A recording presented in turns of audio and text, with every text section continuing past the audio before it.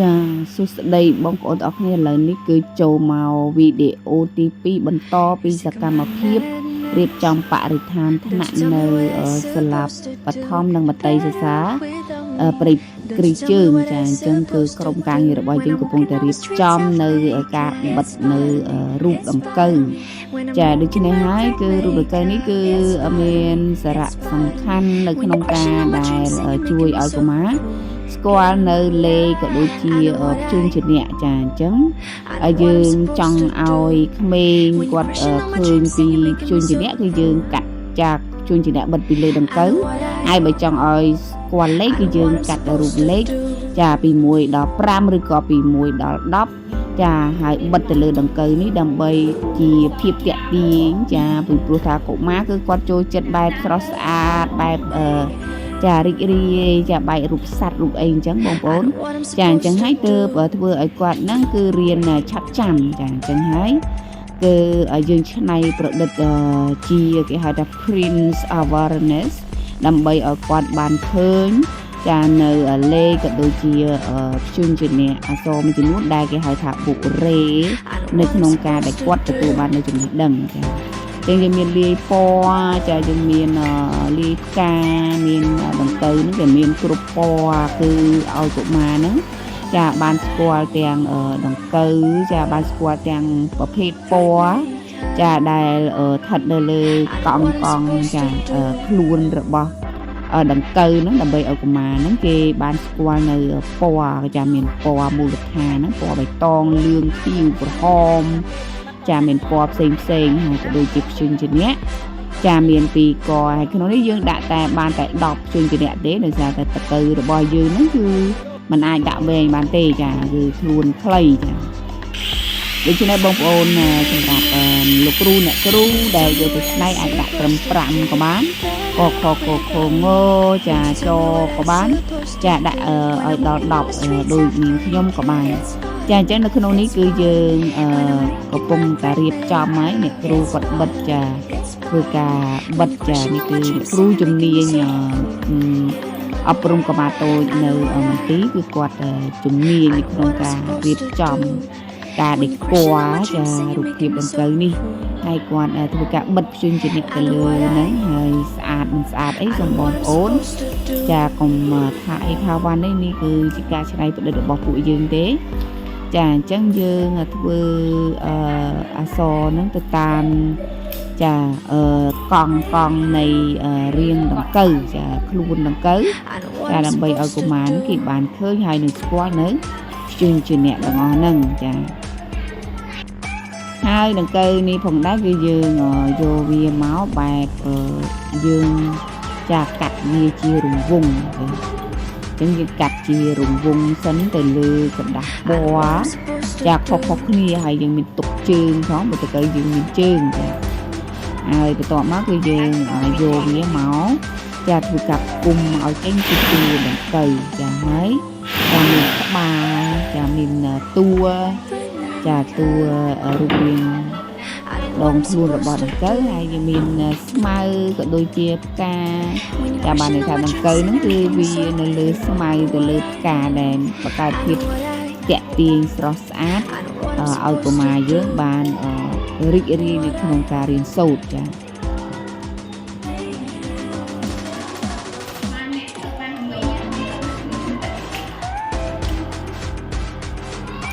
អញ្ចឹងបន្ទាប់ពីគាត់ធ្វើការគុំឲ្យចេញជារាងដង្កូវស្អាតហើយចាគាត់ចាប់ដើមធ្វើការបិទកាយយកតែម្ដងហើយអ្នកនរគ្នាវាមិនចាំបាច់បិទវាច្រើនពេកទេបិទគ្រាន់តែឲ្យជាប់ល្មមទៅពីព្រោះថារូបភាពនេះគឺយើងធ្វើការបិទផ្លាស្ទិកពីលើមួយជាន់ទៀតដើម្បីរក្សាភាពយូរអង្វែងរបស់ចារូបភាពចាដើម្បីយើងតាំងទៅបាននៅស្រស់ស្អាតយូរចាអញ្ចឹងយើងធ្វើការបិទកាយបន្តិចចាដើម្បីឲ្យជាប់ចាមួយទៅលក្ខណៈមិនជាជាប់ខ្លាំងទេគឺវាផុសចេញមកហាក់ដូចជា 3D ចាចឹងក្នុងនេះអ្នកគ្រូចាប់ផ្ដើមបិទនៅស្មៅបន្ថែមទៀតចាដើម្បីឲ្យសិស្សនោះស្គាល់ស្មៅហើយស្មៅពណ៌បៃតងស្គាល់ពណ៌ស្មៅចាពណ៌ ដងខ្លួនដង្កូវចាដែលមានពណ៌លឿងទុំចាមានពណ៌លឿងមានពណ៌ត្រួយជ័យខ្ចីមានពណ៌ផ្កាឈូកចាមានពណ៌បៃតងក្រហមខៀវចាអញ្ចឹងនៅក្នុងហ្នឹងគឺយើងឆ្នៃឲ្យកុមារបានស្គាល់ពណ៌ច្រើនចា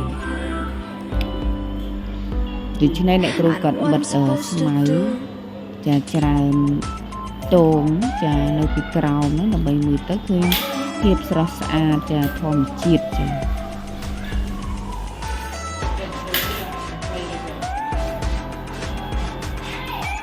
បងប្អូន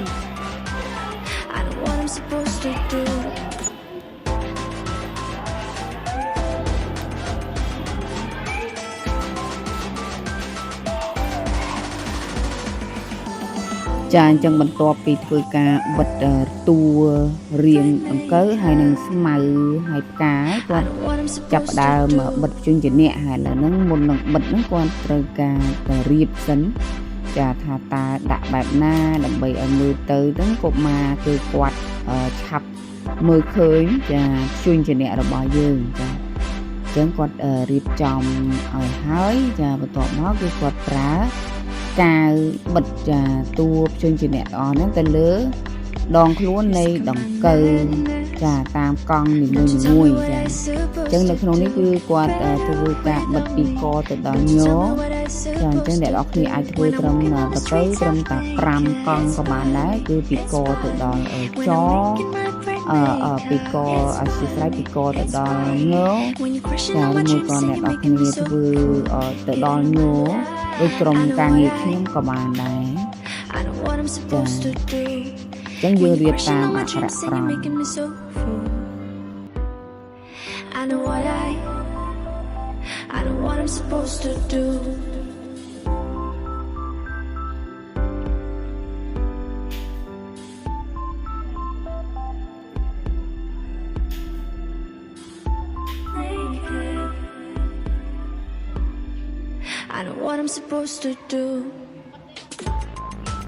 ចាដូច្នេះយើងត្រូវការច្នៃប្រឌិតចាជារូបភាពចាផ្សេងជារូបភាពសត្វឬក៏ផ្កាអីផ្សេង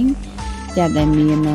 ចាទូបជញ្ជាក់ក៏ដូចជាលេខចាក៏ដូចជាសញ្ញាណអ្វីផ្សេងដែលយើងចង់ឲ្យកុមារ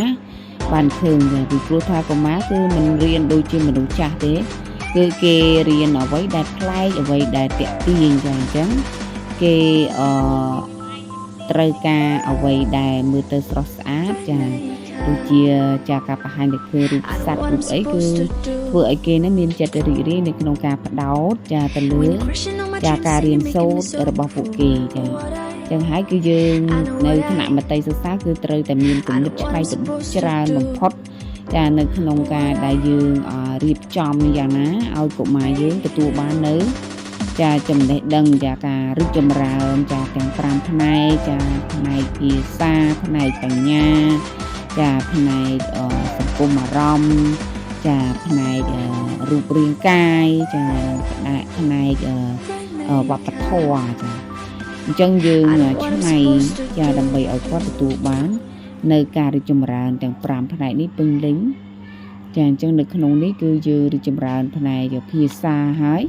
ចាគឺគាត់ស្គាល់ពណ៌ស្គាល់តង្កូវស្គាល់ផ្កាស្គាល់ជញ្ជាក់របស់យើងចា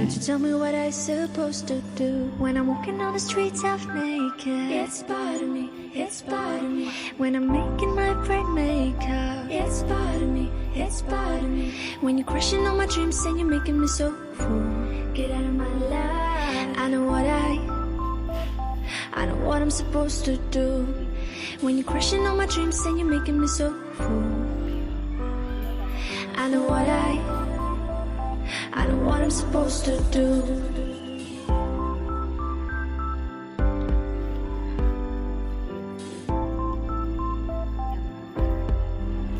ចាអញ្ចឹងយើងបិទរូបជញ្ជាក់ទៅលើតួដង្កូវរបស់យើងរួចរាល់ហើយចាហើយអរគុណបងប្អូនដែលបានតាមដានវីដេអូមួយនេះហើយយើងជួបគ្នានៅវីដេអូក្រោយទៀត